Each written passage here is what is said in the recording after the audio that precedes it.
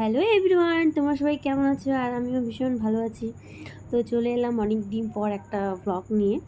তো ব্লগটাতে বেশি কিছু দেখাতে পারবো না, কারণ সেদিন আমার পরীক্ষা ছিল, ভীষণ টেনশনে ছিলাম। আর সেটা ছিল তোমার 4ই আগস্ট, রবিবার ছিল।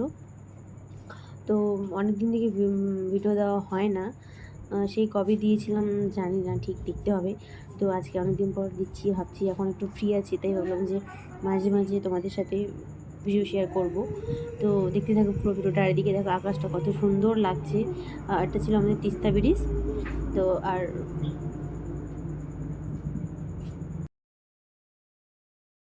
তো বেসিক্যালি সেদিন আমার পরীক্ষা ছিল। তো বাসে একটু সমস্যা, ভিড় থাকার কারণে আমরা ভাড়া গাড়িতে এসেছিলাম, তারপর পৌঁছে গেছিলাম। তো এই ছিল আমাদের ক্লাসরুম, এখানে আমাদের পরীক্ষা ছিল। পরীক্ষাটা ছিল দুটো পেপারে, ফার্স্ট পেপার, সেকেন্ড পেপার, সকালের দিকে আর পরে 1:30টার সময় একটা ছিল। তো একটা পেপার শেষ হওয়ার পরে আমরা বাইরে খেতে এসেছিলাম। তো তারপর খাওয়া দাওয়া করে আবার রুমে যাচ্ছিলাম। আমি আর আমার সাথে এই দিদিটা ছিল। যেহেতু আমরা ক্লাসমেট, কিন্তু আমার থেকে বয়সের জন্য আমি ওকে দিদিই বলতাম। তো তারপর সেকেন্ড পেপারও শেষ হয়ে গেলো, শেষ হওয়ার পর বেরিয়ে আসলাম। তো ভাবলাম যে একটু ছোট্ট করে ক্লিপ নিই, কিন্তু আমার ফোনের ভিতরে যে কী ঢুকলো ক্যামেরাতে, পুরো কেমন একটা দেখাচ্ছিল, তাই সেটা ঠিক করতেছিলাম। তো আর এই ছিল কলেজের ছাত্রগুলো। তারপর তো সেখান থেকে বেরিয়ে আসলাম বাড়ি যাওয়ার জন্য। পরীক্ষা শেষ, ভীষণই মজা, ভীষণই আনন্দে ছিলাম। গাড়িতেও উঠে পড়লাম, আর গাড়িতে ওঠার সাথে সাথে দেখি বৃষ্টিও শুরু হয়ে গেলো, ভীষণ ভালো লাগতেছিলো। তো আমরা দাদাকে বলছিলাম যে আমাদের ভীষণ খিদে পেয়েছিলো, তাই আমাদের একটা ভালো কোথাও একটা রেস্টুরেন্টে নিয়ে গিয়ে। তো এই রাস্তায় কোনো রেস্টুরেন্ট ছিল না, যেহেতু এটা শিলিগুড়ি টাউনের ভিতরে ছিল। তো সেই জন্য এদিকে শুধু বাড়িই ছিল, কোনো দোকানপাট সেরকম ছিল না। এখান থেকে বাজার প্রায় অনেকটাই দূরে ছিল, মানে মেন রোডের পাশে দোকান ছিল। তো আস্তে আস্তে এবার এখানে আবার পুরো গেট পড়ে গেছে।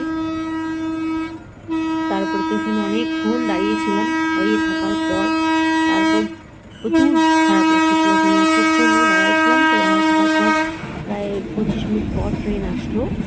আর এখন ট্রেন যাচ্ছে। আর যেহেতু এখানে এনজেপি কাছে ছিল, সেই কারণে এই রাস্তা দিয়ে বারবার ট্রেন যায়, আর এখানে বারবার গেট পড়ে। তো এখানে প্রচুর ভিড় হয়। তারপর সেখান থেকে বেরিয়ে পড়লাম, মেন রোডে উঠে পড়েছি। তো এখানে প্রচুর পরে যেতে যেতে দেখলাম যে আমাদের যেহেতু ভোরে ভোরে মেলা চলছিল, সেই কারণে বললাম যাচ্ছিল। আর এই বললাম যাচ্ছিল জ্যান্ত শিব সেজে, যার সাথে ভীষণ খুশি আনন্দিত হয়ে শিব সেজেছিলাম। ভালোই লাগছিল অবশ্য। তাই ভাবলাম যে একটা ছোট্ট থেকে আবার ভীষণই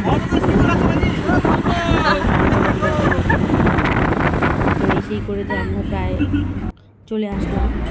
দাদাকে বললাম যে এবার তো একটা দোকানে ঢোকা যাক, কিছু খেতে হবে।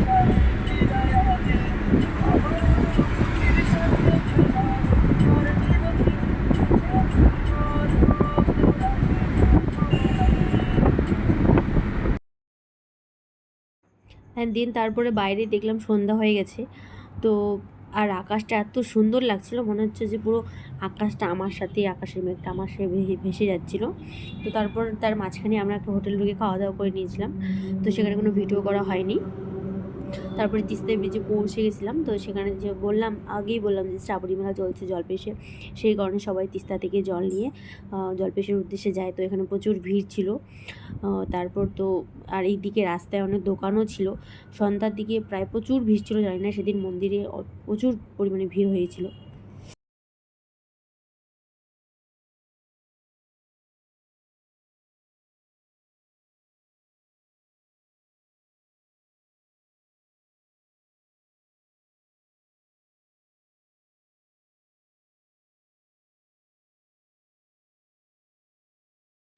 আর এখানে এত দোকান ছিল যে শেষই হচ্ছিল না, মানে পুরো রাস্তা ধরে শুধু দোকান আর দোকান। আর মানে শেষই হচ্ছিল না, এতগুলো দোকান ছিল আর কি। আর রাস্তায় প্রচুর ভিড়ও ছিল, জ্যামও ছিল মোটামুটি। তারপর তো চলে আসলাম আমাদের প্রায় বাড়ির কাছাকাছি। আর যেহেতু এই ব্রিজটা নতুন এবার উদ্বোধন করছিল, তাই রাতের ভিউটা কেমন হয়, রাতে আগে কোনোদিনও আসা হয়নি। তো তাই আমি যে রাতের ভিউটা কেমন হয় একটু নেই, দেখি সুন্দর লাগতেছিল। আর এই সামনে এই ক্যামেরা নিয়ে কি করতেছিল ঠিক বোঝা যাচ্ছিল না। তারপর দেখতেছি যে ভিডিও করতেছিল, মানে আমাদেরকে হাই হ্যালো করতেছিল, হ্যালো গাইস করতেছিল, এনজয় করেছিলাম আজকে।